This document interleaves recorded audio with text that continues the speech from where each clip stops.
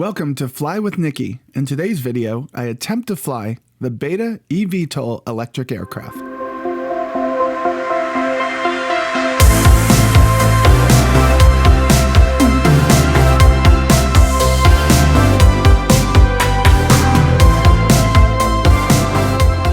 I'm not here to point my finger at you and talk about the environment. It's actually a little bit contrary to that. When it comes to aircraft, I always had this love of things that made loud noises.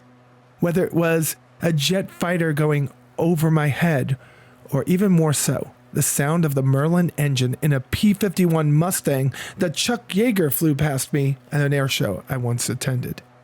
That had such an effect on me that I just fell in love with the Mustang, and Mustangs of all types, including the car, which also made loud noises, and I had to own one. 30 years forward, we're in a different world. Renewable energy is the thing. Our rivers, our reservoirs, our lakes are drying up in certain places, and other places in the country are flooding, and storms are wreaking havoc and killing thousands. Yes, like I said, I'm not here to point fingers. I don't know what's right and wrong, I just know what's right for me.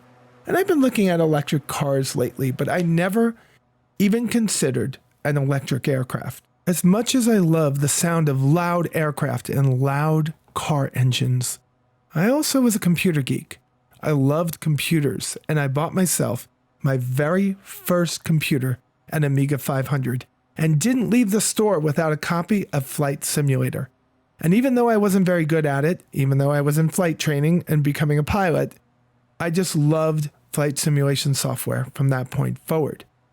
I did a lot of different things in flight sims over the years. I flew around the world in one of the, I think it was Flight Simulator 10.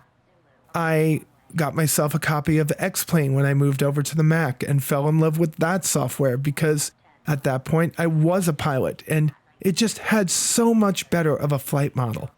And I've continued purchasing different copies of Flight Simulator and X-Plane, not loving either one of them more than the other, but both the same because they delivered to me a genre of computer gaming that I loved. And even today, where X-Plane is more than a computer game, where some places use it to actually train their pilots, I find myself more in awe of the aircraft that are made for the sim than the sim itself. But sometimes something changes the equation. Sometimes things make you raise an eyebrow. Austin Myers has been bringing us versions of X-Plane for more than a decade. And also, he's a proponent for renewable energy. So much so that somehow he has managed to get the Beta eVTOL not just working in real life, but in the sim. Beyond that statement, I'm not very familiar with this aircraft. To be honest with you, I watched a video of him talking about it, barely paying attention. I turned my head, looked at it and said, wow, that looks like a helicopter. No, that looks like an airplane. And I specifically thought maybe autogyro. But it's neither. It is an aircraft, and it's one of the first real contenders to be the next trainer, the next Cessna 172 that we have. Maybe even an air taxi. I don't know what is going to become of this aircraft. I don't know if it's ever going to make production. But what I do know is I've been playing with it for a couple of hours and I'm in love. It's a great small aircraft. It is a bear to fly. And I think one of the things that Austin said was, help us figure out how to fly it. And I'll tell you this. It flies like a helicopter, it flies like an airplane, and it flies like a bucking bronco. And I love it. And I'm doing my best to learn it. And I took it on a flight earlier in the day from Teterboro to Islip MacArthur. I didn't have such a great landing. I didn't have such a great time trying to wrangle it into an approach, wrangle it into a soft landing. But I almost did, and it made me try and try and try again. And like many VTOL aircraft of the past, it's not about how it flies, not about how it lands, but more about how it transitions. Transitions from forward flight to vertical flight. One of the things that cost many Osprey during testing and has cost the Osprey many times since. But this one seems to be a little bit easier to wrangle into a landing configuration. Now I have a Warthog and we are going to land hard right now, but I'm still learning. So one of the things that you have to do is have separate controls for the rotors and for the pusher prop. Austin suggests having two buttons that increase throttle and decrease throttle of your pusher prop, and use a throttle for the rotors. On my Warthog, it's a split throttle. So I use the left throttle for the pusher prop, and I use the right throttle for the rotors. It gives me an opportunity to actually fly this aircraft like I believe it's intended to fly. I also learned very quickly that when you're taxiing, the pusher prop is much better than the rotors. Nonetheless, I had some fun with it. And let's take a look at my next flight. I woke up this morning at 6 a.m. and I'd already been flying for about 45 minutes. Most of the time just trying to figure out how to go forward, how to go backwards, believe it or not, but also how to transition from horizontal flight to forward flight and from forward flight to horizontal flight. I think I had it at this point. I think I had it. So being the third leg of a flight that began at Teterboro, ended at Islip MacArthur, then began at Islip MacArthur, and ended at New Haven, and then began at New Haven, I set my sights on Providence, Rhode Island. It's an airport I've flown into many times during my flight training, many moons ago. Many years ago, in fact. Nonetheless, I thought it would be a great way to figure out what I was doing. And it wasn't that long of a flight from here. Now, there's a couple of things that are missing from this aircraft. A lot of the buttons don't work. You have to rely on setting controls up. I don't know what my charge is, and I think that's one of the intended purposes of this aircraft is you learn how to fly it, not how much battery life that you have. It's said that this aircraft can charge within 30 minutes. I just don't know how fast it dissipates that charge. So I still don't know what the range is on this by flying this aircraft. And also, I didn't realize the red lines when I was flying it. So when I start flying it again, it'll probably fly more within the airspeeds of a Cessna 182, maybe about 120 knots. Because I was redlining it, we were doing like 148. It was probably going to set the engine on fire. Nonetheless, without any of the failures turned on, it seemed to work. My main intention here was not to show the flight here, but to show the landing, and let's see how that went. So as I approached Providence, I wasn't thinking about this from typical flight patterns and how you go from point A to point B. What I was thinking about was how this car would be utilized in the future. And it is a car. It's an air car. I don't know that. I'm just calling it a car for now because it's kind of like what the intent of this is. Anyone can fly it. It takes off from your driveway, gets you from point A to point B, and lands vertically.